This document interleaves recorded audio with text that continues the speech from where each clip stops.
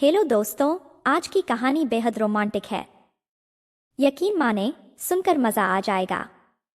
एक रात मेरी किराएदार भाभी ने मुझे अपने घर आमंत्रित किया, यह कहते हुए कि उनकी टीवी को थोड़ी देखभाल की जरूरत है।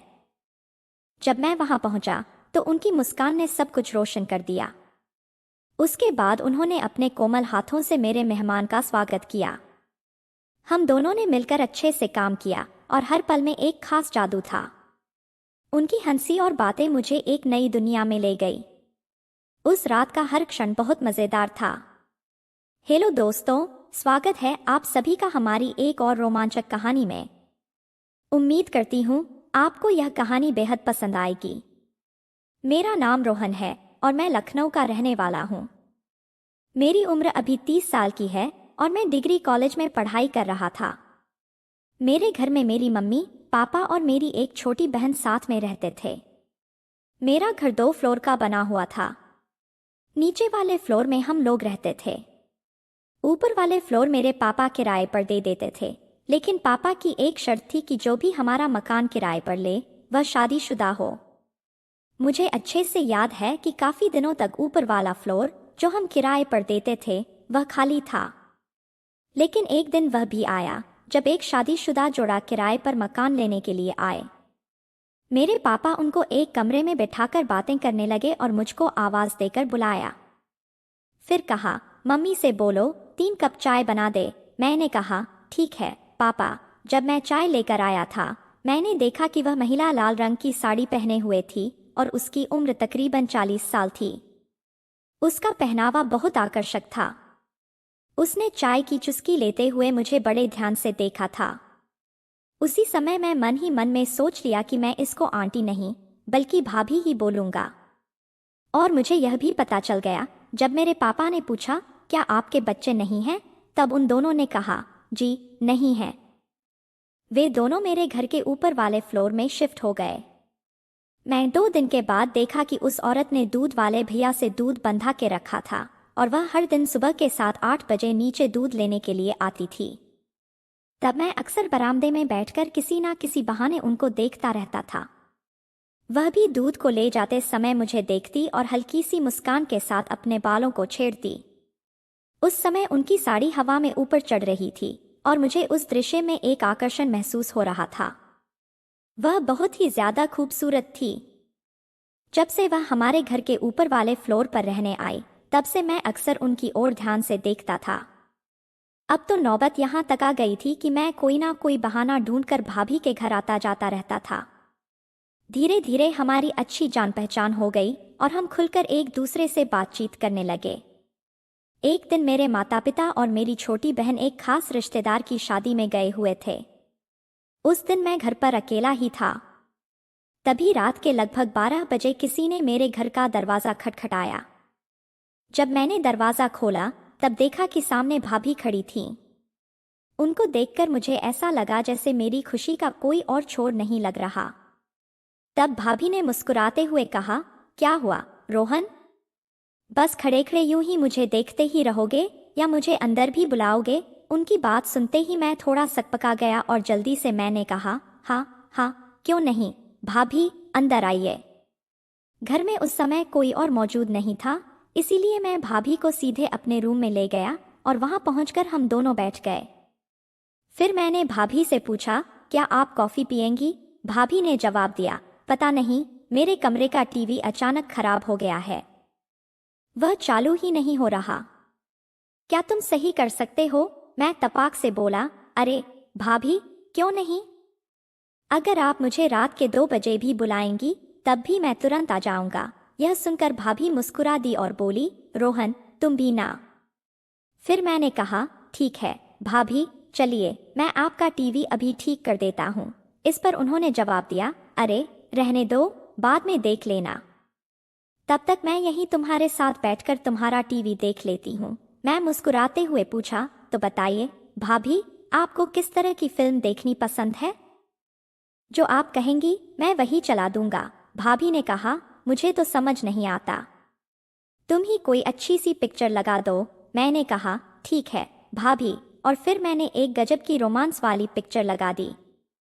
हम दोनों आराम से फिल्म देखने का आनंद ले रहे थे। तभी एक सीन आने पर भाभी ने मुझे देखा, जिससे मुझे थोड़ा झेंप महसूस हुआ। यह देखकर भाभी मुस्कुरा उठीं। उनकी मुस्कान और हाव भाव मुझे थोड़ा असहज महसूस करा रहे थे। मैंने सोचा, अगर घर वाले इस वक्त अचानक आ गए और उन्होंने मुझे भाभी के साथ इस तरह देखा तो वह क्या सोचेंगे। मन में यह ख्याल आते ही मैंने तय किया कि भाभी को उनके घर छोड़ आना ही बेहतर रहेगा। मैंने कहा, चलिए भाभी, पहले मैं आपकी एलसीडी को ठीक कर देता हूँ। भाभी बोली, अरे रोहन, टीवी बाद में ठीक कर देना, कोई जल्दी नहीं है। जब मैंने उनकी इस तरह की बात सुनी तो मैं हल्के से कहा, भाभी, अगर आपके पति आ गए या मेरे घर वाले आ गए तो मुझे कुछ और काम करने पड़ेंगे और फिर आपका काम शायद रुक जाएगा। भाभी ने हंसते हुए जवाब दिया, हाँ रोहन, तुमने सही याद दिलाया। पहले मेरे कमरे में चलो, मेरा टीवी ठीक कर दो। उनकी आवाज में एक ऐसा अपनापन था जो बहुत भरोसेमंद लगा। उनकी आंखों में एक चमक थी जो उनके आत्मविश्वास को दर्शा रही थी। मैंने अपने कमरे का टीवी बंद किया और उनके साथ चलने को तैयार हो गया। भाभी के कदम सीढ़ियों पर धीमे धीमे आगे बढ़ रहे थे और मैं उनके पीछे पीछे चल रहा था। उनकी चाल में एक आकर्षण था जो मुझे लगातार उनकी ओर खींच रहा था। ठंडी हवा उनके बालों से खेल रही थी और उनकी साड़ी का पल्लू हल्के से लहराते हुए उनके हर कदम को और खूबसूरत बना रहा था। ऐसा लग रहा था जैसे समय थम गया हो और मैं उनके साथ एक अलग ही दुनिया में चला गया हूँ। जब हम उनके कमरे में पहुंचे तो दरवाजे पर रुकते ही उन्होंने धीरे से कहा, आओ अंदर चलो। उनकी आवाज में एक ऐसी मिठास थी जो दिल को छू गई। घर के अंदर कदम रखते ही ऐसा महसूस हुआ जैसे उनकी मौजूदगी से हर कोना महक उठा हो। कमरे में हल्की हल्की खुशबू फैली हुई थी और वहां एक अजीब सा सुकून था। उन्होंने मुस्कुराते हुए इशारा किया कि मैं बैठ जाऊं और उनकी यह सादगी से ज्यादा भी दिल को छूने वाली थी। सोफे पर बैठते ही मैंने पूछा, भाभी, आपके पति देव कहाँ गए हैं? तब भाभी मुस्कुराते हुए बोली, आज उनके बॉस के घर पर एक फंक्शन है, इसीलिए वह वहीं गए हैं। मैंने पूछा, भाभी, आप फंक्शन में क्यों नहीं गई? इस पर उन्होंने जवाब दिया, मैं तो गई थी लेकिन वहां दिल नहीं लगा, इसलिए मैं वापस घर जल्दी लौट आई। मैंने कहा, भाभी, आपका दिल क्यों नहीं लगा? उन्होंने मेरी आंखों में झांकते हुए कहा, रोहन, तुम वहां उस फंक्शन में नहीं थे, इसी वजह से मेरा दिल नहीं लगा। यह सुनकर मुझे थोड़ा अजीब सा महसूस हुआ, लेकिन अब उस मेहमान को कौन समझाता जो बेचैन हो उठा था। और आज मैंने ऐसे कपड़े पहने थे जिसकी वजह से मेरी आकृति साफ दिखाई दे रही थी। भाभी मुझे बार बार नजरों से संकेत कर रही थी, लेकिन मैं जानबूझकर अनजान बनने का अभिनय करता रहा। आखिरकार भाभी ने मेरा हाथ पकड़कर मुझे अपने कमरे की तरफ खींच लिया। कमरे में पहुंचते ही उन्होंने मुस्कुराते हुए कहा, तुम अच्छे से टीवी ठीक कर दो, मैं तब तक तुम्हारे लिए एक कॉफी बना कर लाती हूँ। मैंने देखा कि टीवी का प्लग कुछ गड़बड़ था, जिसे मैं सावधानी से ठीक किया। इस बीच भाभी किचन में जाकर मेरे लिए कॉफी बना रही थीं। उनकी मौजूदगी का एहसास पूरे कमरे में घुला हुआ था। थोड़ी देर में वह कॉफी बनाकर ले आईं। उन्होंने झुककर कॉफी मुझे ऐसे पकड़ाई और उस समय उनकी मुस्कान और भी मोहक लग रही थी। वह मेरे पास बैठ गईं और कॉफी के बीच हमारी बातचीत में एक अलग ही गर्मजोशी महसूस हो रही थी। कमरे का माहौल धीरे धीरे और भी खास होता जा रहा था। कॉफी का आखिरी घूंट पीकर मैंने भाभी से कहा, आपका टीवी अब पूरी तरह से ठीक हो गया है, अब मुझे चलना चाहिए। जैसे ही मैं उठने लगा, भाभी ने धीरे से मेरा हाथ थाम लिया। उनकी उंगलियों का हल्का सा स्पर्श मुझे एक पल के लिए रोकने पर मजबूर कर गया।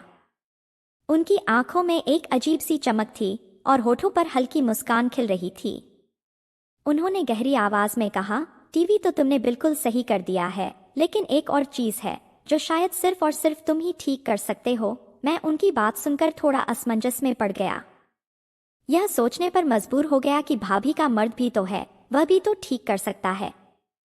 लेकिन उनके चेहरे की गंभीरता ने मुझे बैठने पर मजबूर कर दिया। मैंने धीरे से कहा, भाभी, क्या बात है? आप मुझसे खुलकर कहें। उन्होंने मेरी तरफ एक नजर डाली और अपनी उंगलियों को मेरे हाथ पर हल्के से घूमते हुए बोली, रोहन, यह घर तो ठीक ठाक लगता है, लेकिन कई बार अकेलापन बहुत परेशान करता है। मेरे पति मेरी वह जरूरत पूरी करने में अक्सर असमर्थ रहते हैं। शायद तुम मेरी बात समझ रहे हो। उनके लहजे में एक गहराई थी जो मेरे दिल को भीतर तक छू गई। पल भर के लिए कमरे का माहौल अचानक बदल गया। मैंने हल्के फुल्के अंदाज में कहा, भाभी, पहले दरवाजे और खिड़कियों को बंद कर लीजिए ताकि हम आराम से बातचीत कर सकें। मेरी बात सुनकर वह मुस्कुराईं और जाकर घर के सारे दरवाजे और खिड़कियां बंद कर दीं। इसके बाद उन्होंने अपने कोमल हाथों से मेहमान का स्वागत किया। उनकी हर हलचल में एक अलग ही जादू था। उनके स्पर्श ने मेरे अंदर की सारी ऊर्जा को जगा दिया। हम दोनों के बीच ऐसा समर्पण था मानो समय थम सा गया हो। हर पल उनके करीब रहकर एक नई अनुभूति हो रही थी। कुछ घंटे बाद जब थकावट की हद पर हो गई तो उनके चेहरे पर एक सुकून भरी मुस्कान थी। उन्होंने कहा, आज तुमने वह खालीपन भर दिया जो मैंने लंबे समय से महसूस किया था। मैं उनके संतुष्ट चेहरे को देखता रहा और फिर अपने मन में हल्की सी मुस्कान ले अपने घर लौट आया। जब भी भाभी को समय मिलता और उनके पति घर से बाहर होते, वह मुझे अपनी तरफ खींच लेती हैं। उनके बुलाने पर हम दोनों के बीच एक अलग ही किस्म की नज़दीकी महसूस होती है, जैसे समय खुद को रोक लेता और हम दोनों एक दूसरे के साथ पूरी तरह से खो जाते। उनके कमरे में बिताए हर पल में एक मधुर आकर्षण था जो दिल की गहराइयों तक असर करता था। तो दोस्तों, यह थी आज की कहानी। आपकी क्या राय है इस कहानी पर? हमें कमेंट में ज़रूर बताएं। वीडियो अच्छी लगे तो लाइक करें, शेयर करें, सब्सक्राइब करें। धन्यवाद।